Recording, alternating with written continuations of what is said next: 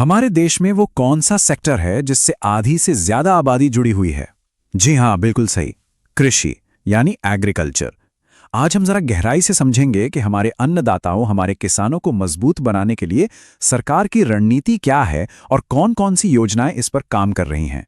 60%। सोचिए, ये कोई छोटा मोटा आंकड़ा नहीं है। इसका मतलब है कि भारत में हर 10 में से 6 लोग अपनी रोजी रोटी के लिए सीधे सीधे खेती पर निर्भर हैं। ये सिर्फ एक पेशा नहीं है, ये हमारे देश की रीढ़ की हड्डी है। और हम सब की थाली में जो खाना आता है ना, वो इन्हीं की दिन रात की मेहनत का नतीजा है। तो चलिए समझते हैं कि इस रीढ़ को मजबूत रखने के लिए क्या कुछ किया जा रहा है। तो सवाल यही उठता है कि जब देश की इतनी बड़ी आबादी एक ही सेक्टर पर डिपेंडेंट हो, तो सरकार की स्ट्रैटेजी क्या होनी चाहिए? क्या ये सिर्फ कुछ मदद देने तक ही सीमित है या फिर इसके पीछे कोई बड़ी सोच है? चलिए आज इसी पहेली को सुलझाते हैं। अब देखिए, किसी भी प्लान को समझने से पहले ना उसकी नींव, उसकी फिलॉसफी को समझना बहुत जरूरी होता है। इन सभी योजनाओं के पीछे एक सेंट्रल आइडिया है और यह सिर्फ पैसे देने या मदद करने से कहीं ज्यादा बड़ा है। और ये है वो मूल मंत्र, दान नहीं, आत्मनिर्भरता। सरकार का मकसद किसानों को सिर्फ एक लाभार्थी बनाकर रखना नहीं है, बल्कि उन्हें एक सफल उद्यमी बनाना है। मतलब एक ऐसा माहौल तैयार करना जहां किसान खुद अपने पैरों पर खड़े हो सकें, मजबूत बने। यही सोच हमें आगे की हर योजना में दिखाई देगी। अच्छा, आत्मनिर्भरता की तरफ पहला कदम क्या होगा? पहला कदम है सही इंसान की पहचान करना। आखिर मदद उसी को मिलनी चाहिए ना जिसे उसकी सबसे ज्यादा जरूरत है। और यहीं पर टेक्नोलॉजी एक बहुत बड़ा रोल प्ले करती है। सरकार एक पूरा डिजिटल इंफ्रास्ट्रक्चर तैयार कर रही है ताकि हर किसान तक पहुंचा जा सके। तो इस डिजिटल बुनियाद का नाम है एग्रीस्टैक। इसको ना किसानों के लिए एक तरह का डिजिटल पहचान पत्र समझिए। ये एक ऐसा प्लेटफॉर्म है जहां किसानों की जमीन के रिकॉर्ड से लेकर उन्हें मिलने वाली सरकारी योजनाओं तक सब कुछ एक ही जगह पर लिंक किया जा रहा है। तो ये एग्रीस्टैक असल में काम कैसे करता है? बहुत सिंपल है। हर किसान को एक यूनिक आईडी दी जाती है।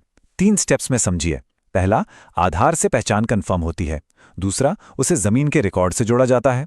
और तीसरा, इसी आईडी के जरिए सरकारी योजनाओं का सीधा फायदा मिलता है। इसका सबसे बड़ा प्लस पॉइंट पारदर्शिता, और जो बीच में गड़बड़ होती थी उस पर रोक।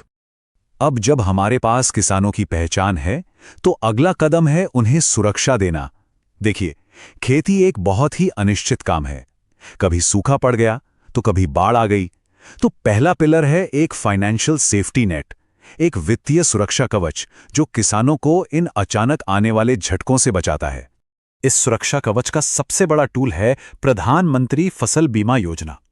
जरा सोचिए, एक किसान महीनों तक मेहनत करता है और एक ही दिन की बेमौसम बारिश में उसकी पूरी की पूरी फसल बर्बाद हो जाती है। ये योजना ठीक उसी मुश्किल घड़ी में एक सेफ्टी नेट की तरह काम करती है, जो उसे आर्थिक तबाही से बचा लेती है। और ये सिर्फ खड़ी फसल का ही नहीं, बल्कि बुवाई से लेकर कटाई के बाद तक के नुकसान को भी कवर करती है।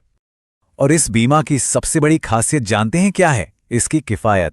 किसानों को खरीफ फसलों के लिए सिर्फ 2% और रबी के लिए तो बस 1.5% प्रीमियम देना होता है। बाकी का जो बड़ा हिस्सा है वो केंद्र और राज्य सरकारें मिलकर देती हैं, ताकि हर किसान इस सुरक्षा कवच का फायदा उठा सके।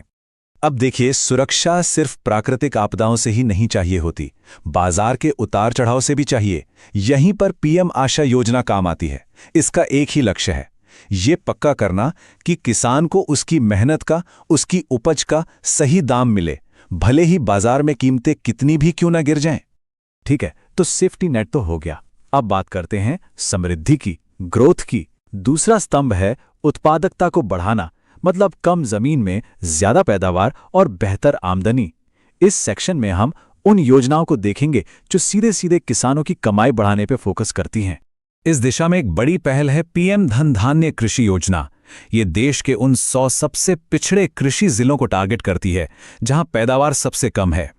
इसका मकसद सिर्फ उत्पादन बढ़ाना नहीं, बल्कि खेती के सस्टेनेबल तरीकों को बढ़ावा देना है। और सबसे जरूरी, किसानों को आसानी से लोन यानी ऋण उपलब्ध कराना है, क्योंकि पैसे के बिना तो कोई भी काम आगे नहीं बढ़ सकता। लेकिन खेती का मतलब सिर्फ फसलें उगाना तो नहीं है, है ना? हमारे गांव में, ग्रामीण भारत में आय का एक बहुत बड़ा सोर्स पशुधन भी है। गाय, भैंस, बकरी ये सब किसान की संपत्ति हैं। इसलिए एक पूरी स्ट्रैटेजी में पशुपालन को नजरअंदाज किया ही नहीं जा सकता। और यहीं पर तस्वीर में आता है राष्ट्रीय गोकुल मिशन। इसका लक्ष्य दोहरा है, एक तो हमारी देसी नस्ल की गायों को बचाना और दूसरा साइंटिफिक तरीकों से उनकी दूध देने की क्षमता को बढ़ाना। नतीजा, किसानों के लिए डेयरी एक ज्यादा मुनाफे वाला और सस्टेनेबल बिजनेस बन सके। पर पशुधन में सिर्फ गाय भैंस ही नहीं आते। रेगिस्तान के जहाज यानी ऊंट की कहानी सुनिए। 1977 में भारत में लगभग 11 लाख ऊंट थे और 2019 आते आते ये संख्या घटकर सिर्फ 2.5 लाख रह गई। ये एक बहुत ही चौंकाने वाली और दुखद गिरावट है। ये बार चार्ट इस गिरावट की गंभीरता को और भी साफ तौर पर दिखाता है। सिर्फ 40-42 सालों में 75% से भी ज्यादा की गिरावट। ये साफ बताता है कि कैसे एक इतना जरूरी जानवर विलुप्त होने की कगार पर पहुंच रहा था और तुरंत कुछ करने की जरूरत क्यों थी। तो इस गंभीर समस्या से निपटने के लिए राष्ट्रीय ऊंट स्थिरता पहल शुरू की गई है। ये सिर्फ ऊंटों को बचाने की बात नहीं है, बल्कि उन्हें फिर से आर्थिक रूप से उपयोगी बनाने की कोशिश है। जैसे ऊंटनी के दूध से बने प्रोडक्ट्स, ऊंट के ऊन से बने कपड़े, ये सब ऊंट पालने वालों के लिए आमदनी के नए रास्ते बना रहे हैं। तो एक डिजिटल पहचान, एक वित्तीय सुरक्षा कवच और उत्पादकता में बढ़ोतरी, ये सारे पिलर्स मिलकर एक ही लक्ष्य की ओर काम कर रहे हैं। एक ऐसे भारत का निर्माण जहां किसान मजबूर नहीं बल्कि मजबूत हों, जहां वो दान पर नहीं बल्कि अपनी मेहनत और सही सरकारी नीतियों के सहारे आत्मनिर्भर बने। कागज पर तो ये योजनाएं बहुत प्रभावशाली लगती हैं, है ना? लेकिन असली परीक्षा तो जमीन पर होती है, असलियत में।